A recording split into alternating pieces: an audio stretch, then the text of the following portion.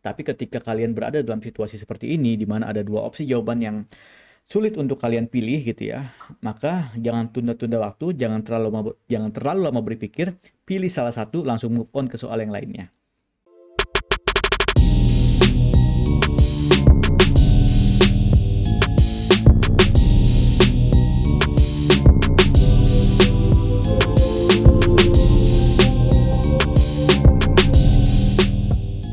Halo Jones, apa kabar? Assalamualaikum warahmatullahi wabarakatuh. Selamat datang kembali di channel Adilis Manatea. Sambil diseruput kopi Jones, seperti biasa kita akan membahas soal SKD CPNS lagi. Soal apa yang kita bahas? Kita akan bahas soal TKP, kelanjutan dari video sebelumnya ya. Kali ini kita akan bahas soal TKP kategori Teknologi Informasi dan Komunikasi. Nah, ya seperti biasa salah satu dari 7 kategori yang ada di Permenpan nomor 27 ya. Kita sudah bahas pelayanan publik, jejaring kerja, sosial budaya, dan terakhir yang akan kita bahas hari ini adalah teknologi informasi dan komunikasi. Mudah-mudahan di video selanjutnya kita akan sempat membahas 2 kategori lagi, yaitu profesionalisme dan anti radikalisme. Oke, langsung aja, apa sih tips dan triknya gitu ya untuk mencapai poin maksimal di TKP kategori ini? Nah, yang pertama seperti biasa yang sering saya sampaikan ya, hindari dari redaksi yang nyeleneh, redaksi yang kira-kira tidak patut untuk kita kita lakukan, apalagi kita sampaikan dalam secara tertulis dalam soal-soal ujian seperti ini ya. Jadi itu pasti poin yang kecil, jadi harus dihindari. Oke, selanjutnya yang kedua adalah kita pilih redaksi yang ideal. Jadi kalau 5 poin kita sudah bisa mencoret 3 opsi yang nyeleneh, berarti kan tersisa 2 poin yang poinnya maksimal, 2 opsi yang poinnya maksimal. Nah, kemudian kita pilih salah satu misalnya. Nah, cara memilih yang paling ideal adalah kita perhatikan unsur berikut ini ya. Jadi karena kita kategorinya adalah teknologi dan informasi dan komputer dan lain-lain gitu ya, sejenisnya, maka yang perlu kita lihat adalah unsur teknologi dan komputer. Itu yang pertama. Kemudian yang kedua adalah kita melihat yang mana opsi yang mencerminkan kemajuan teknologi dan komunikasi dalam bekerja sehari-hari. Nah, itu aja, simple. Kalian catat, nanti setelah itu kita akan coba praktikkan di 3 soal berikut ini. Namun sebelum itu pastikan kalian telah subscribe channel ini agar channel ini terus berkembang dan saya tetap semangat untuk terus membagikan tips dan trik lainnya kepada kalian. Oke, langsung aja kita masuk ke soal nomor 1. Kita baca dulu soalnya. Hampir setiap minggu Anda selalu menjalankan dinas keluar kota. Pekerjaan Anda menuntut Anda untuk selalu mempersiapkan segala kebutuhan yang diperlukan ketika bertugas, mulai dari barang-barang pribadi sampai ke dokumen penting yang harus dibawa. Sorry. Kendala yang sering terjadi adalah Anda agak sedikit pelupa. Terkadang barang bawaan Anda bisa tertinggal. Nah, ini sering terjadi untuk teman-teman atau Jones yang usianya ya gitulah. Belum lagi resiko kerusakan selama perjalanan atau hilang. Sikap Anda, ya oke, apa sikap Anda? Kita coret yang nyeleneh-nyeleneh, kira-kira ada? Kalau tidak ada ya sudah, nggak masalah. Berarti kita lanjut, kita pilih yang paling ideal. Apa tadi? Yang mencerminkan unsur teknologi dan mencerminkan unsur kemajuan teknologi dalam bekerja ya. Nah, kita lihat dari opsi A. Menyiapkan jauh-jauh hari agar tidak lupa. Ya, ini saya kira tidak ada unsur teknologinya, coret. Membawa dokumen cadangan di tempat berbeda, hingga coret, tidak ada unsur teknologinya ya. Menyimpan dengan sistem online agar bisa diakses di mana saja. Ini bisa, kita simpan dulu. Menyimpan dokumen di dalam hard disk, ini bisa, teknologi ya, kita simpan dulu. Dan terakhir, tetap mempersiapkan seperti biasa yang Anda lakukan. Ini tidak ada unsur teknologinya, kita coret. Berarti kan ada 2 opsi yang saya yakin sekali nilainya antara 4 atau 5 gitu ya. Nah, sekarang yang mana kita pilih? Ini kedua-duanya mengandung unsur teknologi. Nah, sekarang yang mana yang paling maju nih teknologinya? Apakah hard disk atau sistem online? Jelas sistem online ya. Sekali lagi, yang mencerminkan unsur kemajuan teknologi. Sistem online saya kira sudah menjadi tren saat ini ya. Hard disk itu kan ya mungkin 10 tahun yang lalu ya. Flash disk, hard disk, dan lain-lain. Sekarang udah tidak populer lagi. Maka yang betul adalah yang paling tinggi poinnya adalah opsi Charlie. Oke, kira-kira seperti itu ya Jones ya cara menganalisis dan memilih jawabannya. Oke Jones, lanjut ke nomor 2 ya. Kantor tempat saya bekerja meminta laporan harian secara online, sementara saya sering terkendala sinyal untuk melaporkan kegiatan di lapangan. Saya akan Oke, yang nyeleneh-nyeleneh kira-kira sepertinya nggak ada juga ya. Ya udah kita langsung cari yang unsur teknologinya ada. Meminta kelonggaran pada atasan untuk melaporkan secara manual. Nah, ini malah downgrade ya, kemunduran. Jadi Yoret tidak ada unsur teknologinya. Meminta kelonggaran pada atasan untuk melaporkan saat sinyal sedang bagus. Ini bisa ya, saya kira bisa. Oke, kita simpan dulu. Berusaha mencari tempat dengan sinyal yang bagus untuk dapat melaporkan sesuai ketentuan kantor. Ini juga bisa, saya kira. Meminta teman-teman yang berada di lokasi dengan sinyal bagus untuk dapat melaporkan kegiatan harian saya ke kantor. Ini juga saya kira bisa, nanti kita lihat. Tapi dia meminta teman ya. Oke, kita simpan dulu.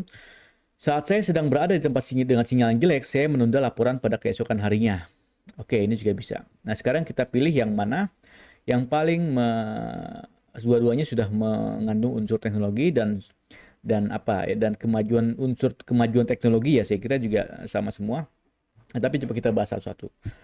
Kita minta kelonggaran pada atasan, saya kira ini opsi yang wajar ya. Artinya mau bagaimana lagi kalau misalkan tidak didukung dengan sinyal yang baik ya kan, walaupun kita diharuskan untuk bekerja secara modern gitu ya, secara online segala macam gitu ya. Ya. Makanya kita memang perlu untuk koordinasi dengan atasan kita, lapor, Pak ini masih sinyalnya kurang bagus, gimana kalau saya butuh kelonggaran deadline segala macam gitu ya. Saya kira ini bisa.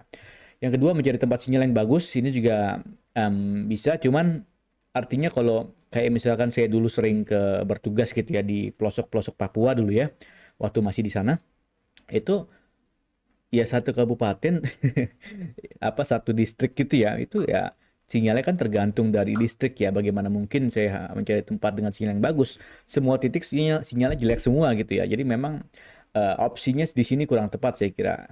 Opsinya itu kurang tepat, kalaupun ada mungkin jauh misalnya, itu malah buang-buang waktu dan bisa nggak produktif karena kalian hanya habis waktunya hanya untuk mencari tempat dengan sinyal yang bagus. Jadi saya kira ini kurang begitu tinggi poinnya ya. Jadi kita coret saja. Oke, meminta teman yang berada di lokasi dengan sinyal bagus, ini juga sama mirip PC ya. Saya kira teman juga mungkin kondisinya sama, atau jika sinyalnya bagus dia juga tidak punya banyak waktu untuk membantu kita gitu ya. Ya, jadi dia juga punya pekerjaan dan tanggung jawabnya masing-masing gitu ya. Jadi saya kira ini juga bukan eh, tindakan yang paling tepat menurut saya dibanding yang poin B ya. Jadi coret saja. Yang E, saat sedang berada di tempat dengan sinyal yang jelek, saya menunda laporan pada keesokan harinya. Nah, ini juga bisa ya, antara B dan E saya kira juga sama-sama betul ya. Antara 4 dan 5 poinnya ya. Nah, jadi tipsnya Jones ya, kalau misalkan ini bukan dalam rangka kita mencari mana yang paling betul ya.